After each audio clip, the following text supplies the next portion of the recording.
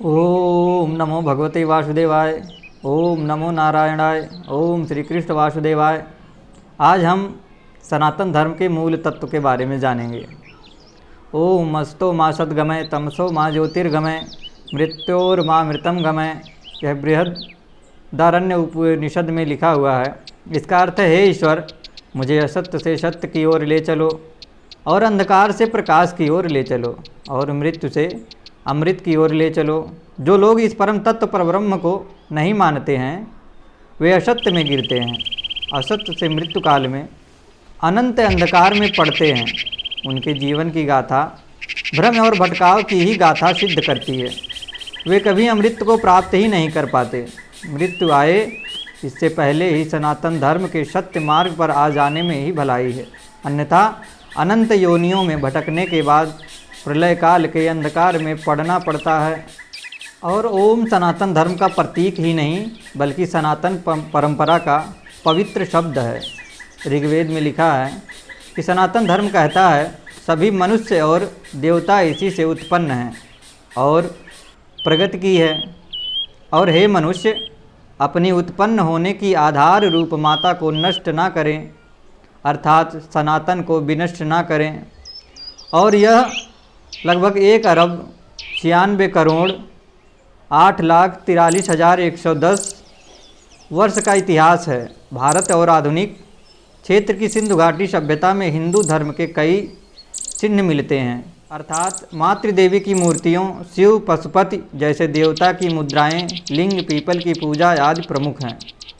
और प्राचीन काल में भारतीय सनातन धर्म में गाणपत्य, शैव देव, कोटि वैष्णव, शाक्त और सौर नाम के 5 संप्रदाय थे। गाणपत्य अर्थात गणेश की, वैष्णव अर्थात विष्णु की, शैव देव कोटि शिव की, शाक्त शक्ति की और सौर अर्थात सूर्य की। तो इनकी पूजा और आराधना करते थे। यह भी मानना है कि सब एक ही सत्य की व्याख्या है। यह न केवल ऋग्वेद परंतु रामायण और महाभारत जैसे लोकप्रिय ग्रंथों में भी स्पष्ट रूप से कहा गया है। सनातन धर्म में विष्णु, शिव और शक्ति को समान माना गया है। सनातन धर्म का सार साहित्य वेद, पुराण, श्रुति, स्मृतियाँ, उपनिषद, रामायण, महाभारत, गीता आदि संस्कृत भाषा में रचा गया है। ओम पूर्णमदः पूर्णमिदं पूर्णात् पूर्णमुदच्यते पूर्णस्य पूर्णमादाय पूर्णमेवावशिष्यते। अर्थात सत्य 2 धातुओं से मिलकर बना है, सत्य और तत्। सत का अर्थ है यह और तत् का अर्थ है वह, अर्थात दोनों ही सत्य है। अहम ब्रह्मास्मि, मैं ब्रह्म हूँ, और तत्त्वमसि, तू ही ब्रह्म है। यह संपूर्ण जगत ही ब्रह्ममय है। ब्रह्म पूर्ण है, यह जगत भी पूर्ण है। पूर्ण जगत की उत्पत्ति पूर्ण ब्रह्म से हुई है और ब्रह्म की पूर्णता में कोई न्यूनता नहीं आती। वह शेष रूप में भी पूर्ण ही रहता है। यही सनातन सत्य है। ब्रह्मा, विष्णु, महेश सहित अग्नि, वायु, आदित्य और अंगिरा जी ने इस धर्म की स्थापना की। क्रमशः कहें तो विष्णु से ब्रह्मा, ब्रह्मा से 11 रुद्र और 11 प्रजापतियों और स्वयंभू मनु के माध्यम से इस सनातन धर्म की स्थापना हुई है। सनातन धर्म का सत्य यह है कि भगवान, आत्मा और मोक्ष प्राप्ति का मार्ग इसी धर्म में कहा गया है। वेदव्यास जी ने महाभारत में धर्म की व्याख्या इस प्रकार दी है। धर्मनाद धर्म इत्याहु धर्मो धार्यते प्रजा यह स्याद धारण संयुक्तः स धर्म इति निश्चय। प्रजा को धारण करने के कारण धारण धर्म शब्द हुआ। प्रजा का अर्थ क्या है? प्र और जा 2 शब्द मिलकर प्रजा बहुवचन है। प्र का अर्थ है सम्मुख की तरफ देखना और जा का अर्थ है बार बार जन्म लेना। जन्म लेते रहने के कारण प्रजा कहलाया, अर्थात सभी जीव प्रजा हैं। सनातनी के लिए वेद ही धर्म शास्त्र है। वेद निर्देशित, वेद विहित कर्म करने से सनातनीय व हिंदू हो सकते हैं। वेद के बिना हिंदू कैसे? वेद पुराण में अनेक ऐसी बात कहा गया है जो मिथ्या नहीं है। वेद निर्देशीय और पालनीय है। जो तत्व सर्वदा निर्लेय, निरंजन, निर्विकार और सदैव स्वरूप में स्थित रहता है उसे सनातन या शाश्वत सत्य कहते हैं। जड़, प्राण, मन, आत्मा और ब्रह्म शाश्वत सत्य की श्रेणी में आते हैं। जड़ 5 तत्व के दृश्यमान हैं, आकाश, वायु, जल, अग्नि और पृथ्वी यह सत्य की श्रेणी में आते हैं। यह अपना स्वरूप बदलते हैं किंतु समाप्त नहीं होते। प्राण की अपनी अवस्था है, प्राण, अपान, समान और यम। उसी तरह आत्मा की अवस्थाएं जागृत, स्वप्न, सुषुप्ति और तुरया। उक्त सारे भेद तब तक विद्यमान रहते हैं जब तक कि आत्मा मोक्ष प्राप्त न कर ले। यही सनातन धर्म का सत्य है। धर्म के बारे में लोगों में कई तरह की भ्रांतियां पाल रखी हैं और दूसरों को भी भ्रमित करते रहते हैं। धर्म को सही प्रकार से समझना सर्वप्रथम अति आवश्यक है। सनातन अर्थात हिंदू धर्म के अनुसार परोपकार पुण्य है, दूसरों को कष्ट देना पाप है, स्त्री आदरणीय है, पर्यावरण की रक्षा हमारी उच्च प्राथमिकता है। हिंदू दृष्टि समतावादी एवं समन्वयवादी है। जीव मात्र की सेवा ही परमात्मा की सेवा है। धर्म एक आधार है जिस पर मनुष्य को नैतिक एवं मानवीय गुण यथा दया, क्षमा, तप, मनोबल, सत्य, निष्ठा, सुबुद्धि, शील, नम्रता, कर्तव्य निष्ठा, मर्यादा, सेवा, धर्म आदि पनपते हैं। मनुष्य सिर्फ मानवाकृत के कारण मनुष्य नहीं है बल्कि पशु है, बल्कि अपने उपरोक्त गुणों से वास्तविक मनुष्य बनते हैं। हाँ, पशुओं में कुछ वो गुण जरूर होते हैं जो आजकल के मनुष्यों में नहीं हैं। हिंदू धर्म को दुनिया का सबसे प्राचीन धर्म माना जाता है, लेकिन कुछ लोग इसे मूर्ति पूजकों, प्रकृति पूजकों या हजारों देवी देवताओं के पूजकों का धर्म मानकर इसकी आलोचना करते रहते हैं। कुछ लोग इसको जातिवाद धारणा को प्रोत्साहित करने वाला धर्म मानते हैं, लेकिन यह उनकी सोच या नफरत का परिणाम है।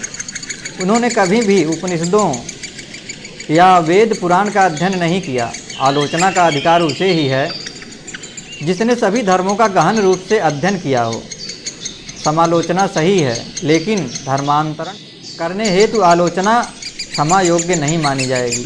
बहुत कम हिंदू हैं जो अपने देश और धर्म का इतिहास तिथिवार जानते होंगे। दरअसल इस देश के तिथिक्रम के इतिहास को अंग्रेज और वामपंथी भाइयों ने भ्रमित करके अप्रमाणिक इतिहास की श्रेणी में डाल रखा है। देश को उन लोगों के हाथ सौंपा गया जो अंग्रेज़ों के गुलाम थे। हिंदू धर्म को जातिवाद के नाम पर तोड़े जाने का कुचक्र सैकड़ों वर्षों से जारी है। हालांकि जो ऊंचा या नीचा समझते हैं उनको जातियों के उत्थान और पतन का इतिहास नहीं मालूम है। उन्होंने मुग़ल व अंग्रेज़ों के काल का इतिहास अच्छे से पढ़ा ही नहीं। 70 वर्षों से उनकी विभाजनकारी राजनीति के शिकार हो चले हैं। इतिहास की जानकारी अच्छे से नहीं होने के कारण राजनीतिज्ञों ने नफरत फैलाकर हिंदुओं को जाति, धर्म और पार्टियों में बांट रखा है।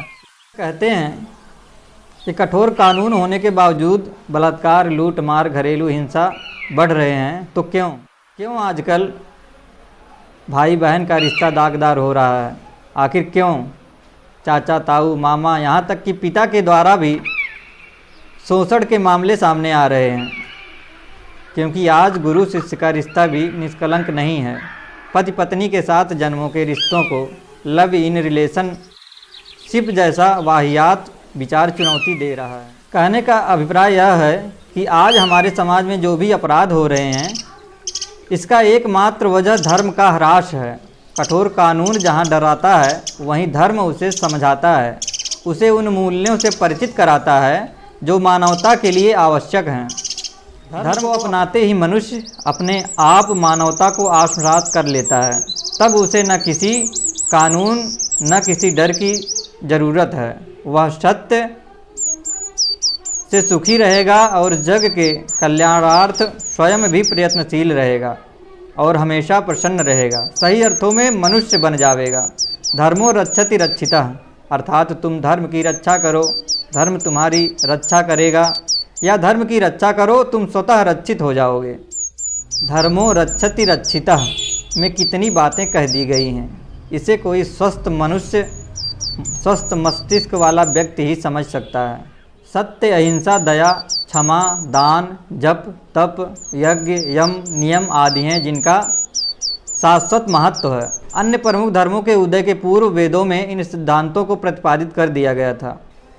इसलिए वेद ही प्रमुख हैं जो सृष्टि के उत्पन्न से सृष्टि के अंत तक रहेंगे। इसलिए हम सभी को वेदों, उपनिषदों, स्मृतियों, महाभारत, रामायण आदि जैसे काव्यों का अध्ययन करना चाहिए।